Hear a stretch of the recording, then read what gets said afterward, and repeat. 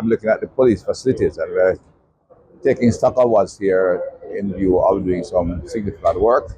There is, of course, the need to refurbish the barracks at Freeport, which will save us a lot of money and also enjoy greater, more efficient deployment of the men. Can accommodate about 200. We don't need to have rented premises for that, which is high cost residents in Montego Bay, and also look at just general upgrading the station. We look at Band Street, which has an old facility. Some of the buildings are content heritage. We have to look at how we can refurbish those places. We need the space, the facility. It's a city station, and that has always been a bit of a troublesome area for us, but it has improved significantly, and we need to maintain the stability downtown. We are taking steps to ensure that the men in that station have proper facilities to operate from, both in terms of office space and the residence space. Then we went to look at the Montego Hills location, where we're putting a new, the Mobile West facility, but in fact, it will be a police complex. The station there will be refurbished, and you'll have a community station along with the residences for some here 300 officers at Montego Hills. We have advanced that planning. We may be able to break ground at the end of this financial year. Well, the financial year coming up, we start on the 1st of April. So that's an important addition to the facility in this region, because currently, again, we have to on the rent space, and when you get in the winter season, we need more police officers, as there's far more local population pass through the town to work in the service sector. You run into problems with accommodation. I said the area is growing, and we have not ensured that the facilities, service facilities, have grown as they should. But that will be a major addition.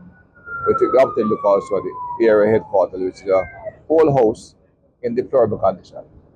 It's just old, it's just poorly constructed, the roof is falling, so we could have an accident in here any time. That is, you're aware, when a slab roof is made from bad quality material, it falls off on you anytime. And then we have to move them out of that and look at building a proper area facility.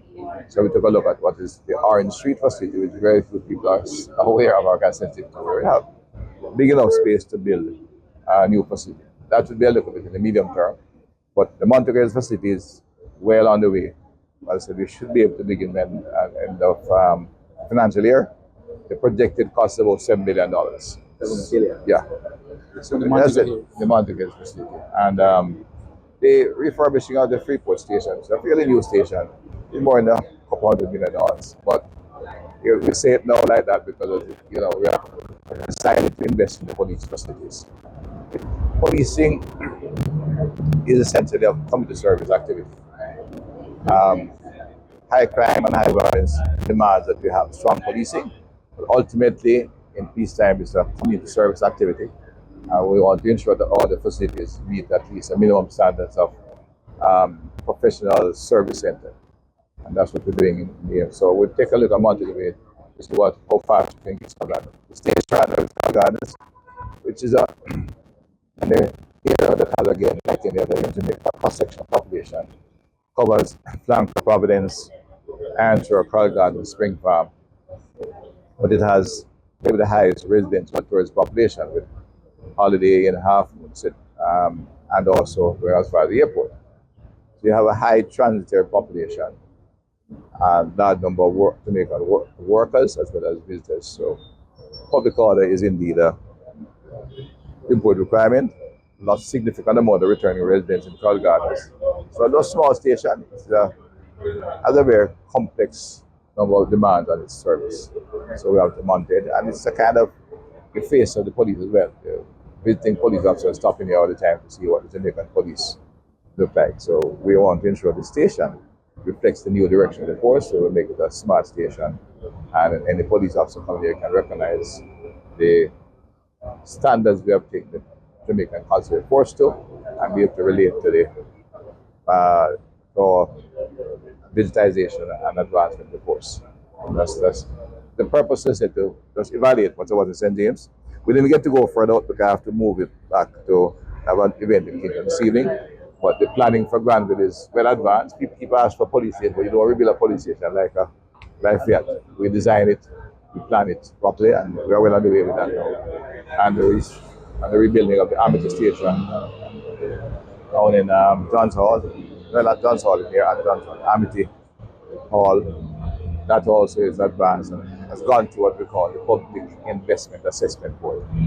So they will be done. We should be able to start Amity Hall also near the end of the financial year. Grant will begin but not visible. They have no shovel in the ground. The planning, design work, and all that will be done. And so early new financial year we should be able to build. We have the facility at Montpelier where we are putting for training largely. And that's coming on stream. And we should be able to get those space to remove the whole vehicles that are parked on police stations and accident vehicles, etc. Kind of space to park them at Montpelier so we can take some of that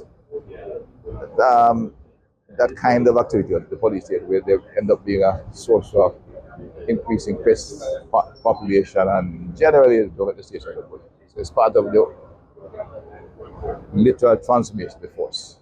And the rebranding does some raising it to the level that we think the Jamaica Constable Force should be, or they should look, or they operate. And of course, we had our new commissioner designated us on the tour, so you get a chance to see what is there, what he's inheriting, and Commissioner Anderson get a chance to say goodbye to his team.